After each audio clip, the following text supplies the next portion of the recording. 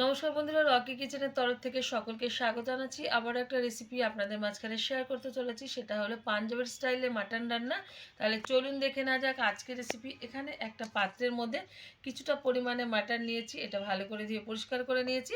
এখন প্রথমে আমি মাটনটা ম্যারিনেট করে নেবো। তার জন্য যে যে উপকরণগুলো আমি এর মধ্যে দেব সেটা আপনাদের মাঝখানে শেয়ার করব। প্রথমেই দিয়ে দিচ্ছি একটা তেজপাতা মাঝখান থেকে ছিঁড়ে, দিয়ে দিচ্ছি এখানে 1 চামচ ধনের গুঁড়ো,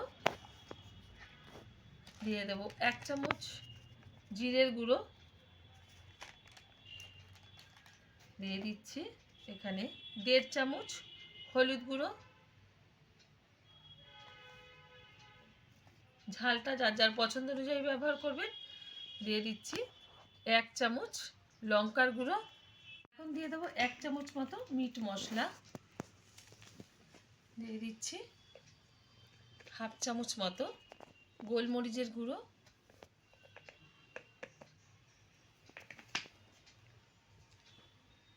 দিয়ে দিচ্ছি স্বাদ মতো লবণ,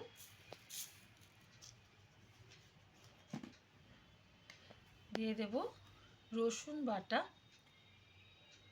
রসুনের পরিমাণটা একটু বেশি ব্যবহার করতে হবে। দিয়ে দিচ্ছি এখানে কিছুটা পেস্ট করে রাখা পেঁয়াজ, দিয়ে দিচ্ছি এখানে আদা বাটা, দিয়ে দিচ্ছি এখানে জায়ফল গ্রেট করা,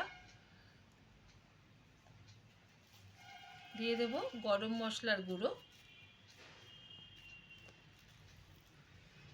আর সবার লাস্টে দিয়ে দিচ্ছি এখানে সাদা তেল।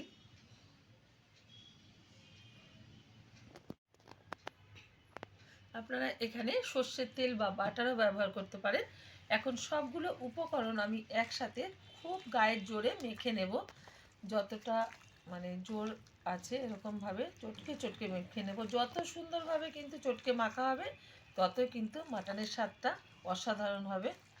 ভালোভাবে মেখে নিচ্ছি একটু সময় নিয়ে। বেশ কিছুক্ষণ সময় ধরে কিন্তু চটকে চটকে মেখে নিয়েছি। এখন এতে ভালো কালার আসার জন্য দিয়ে দিচ্ছি কাশ্মীরি লঙ্কার গুঁড়ো। আপনারা এখানে কাঁচা লঙ্কাও ব্যবহার করতে পারেন পেস্ট করে বা চিড়ে। আর দিয়ে দেব এখানে টক দই।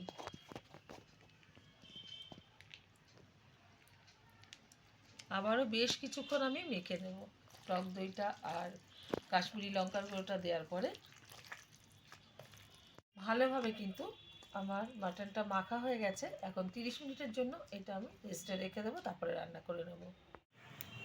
পাঞ্জাবের মাটনটা রান্না করার জন্য ওভেনে কড়াই বসিয়ে তাতে দিয়ে দিয়েছি কিছুটা পরিমাণে সাদা তেল। তেলটা গরম হয়ে গেছে। তেলের মধ্যে দিয়ে দিলাম খুব সামান্য পরিমাণে একটু চিনি, দিয়ে দিচ্ছি একটু গোটা জিরে। ভালোভাবে ভেজে নিচ্ছি। এখন দিয়ে দেবো এর মধ্যে মাটন।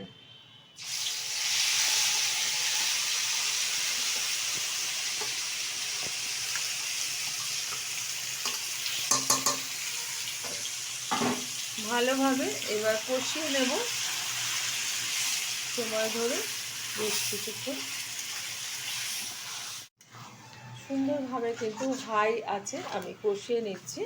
আমার এই রেসিপি যদি আপনাদের ভালো লেগে থাকে আপনারা অবশ্যই আমার চ্যানেলটিকে সাবস্ক্রাইব করবেন, লাইক করবেন, শেয়ার করবেন। আর এরকম আপনারা পাঞ্জাবি মাটন বানিয়ে খেয়ে দেখবেন। রুটি, পরোটা, ফ্রায়েড রাইস, পোলাও প্রত্যেকটা জিনিসের সাথে ভীষণ ভীষণ ভালো লাগবে খেতে।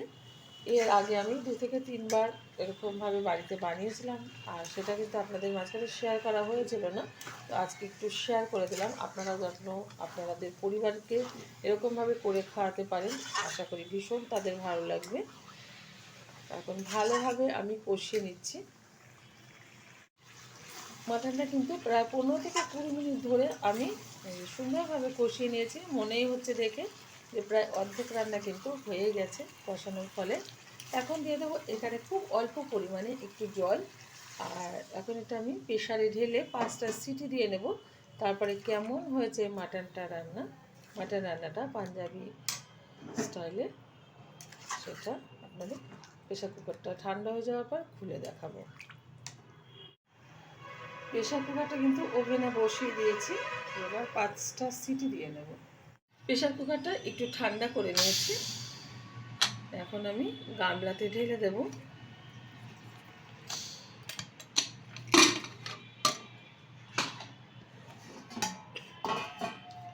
গামলাতে মাটনটা ঢেলে দিচ্ছি। কত সুন্দর হচ্ছে বন্ধুরা, দেখতেই পাচ্ছেন। আশা করি আপনাদের ভালো লেগেছে, আর আপনারা অবশ্যই ট্রাই করবেন। দেখা হবে পরের ভিডিওতে নতুন কোনো রেসিপি নিয়ে। ধন্যবাদ।